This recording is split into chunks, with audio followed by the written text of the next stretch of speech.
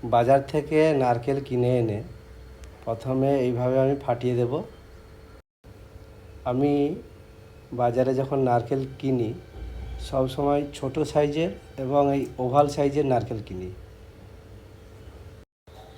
সাধারণত এই রকম নারকেল ভালো হয় আর খারাপ বেরোলে কম খরচার উপর দিয়ে যায়।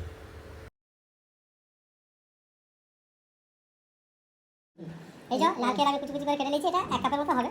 এটা আমি এখানে দিয়ে দিলাম। আর 2 কাপ জল, মানে এটা যেটা আছে 2 কাপই হবে, 1 গ্লাস মতো। হ্যাঁ, এরপরে এটাকে আমি বেটে দিচ্ছি। ছেড়ে দিই।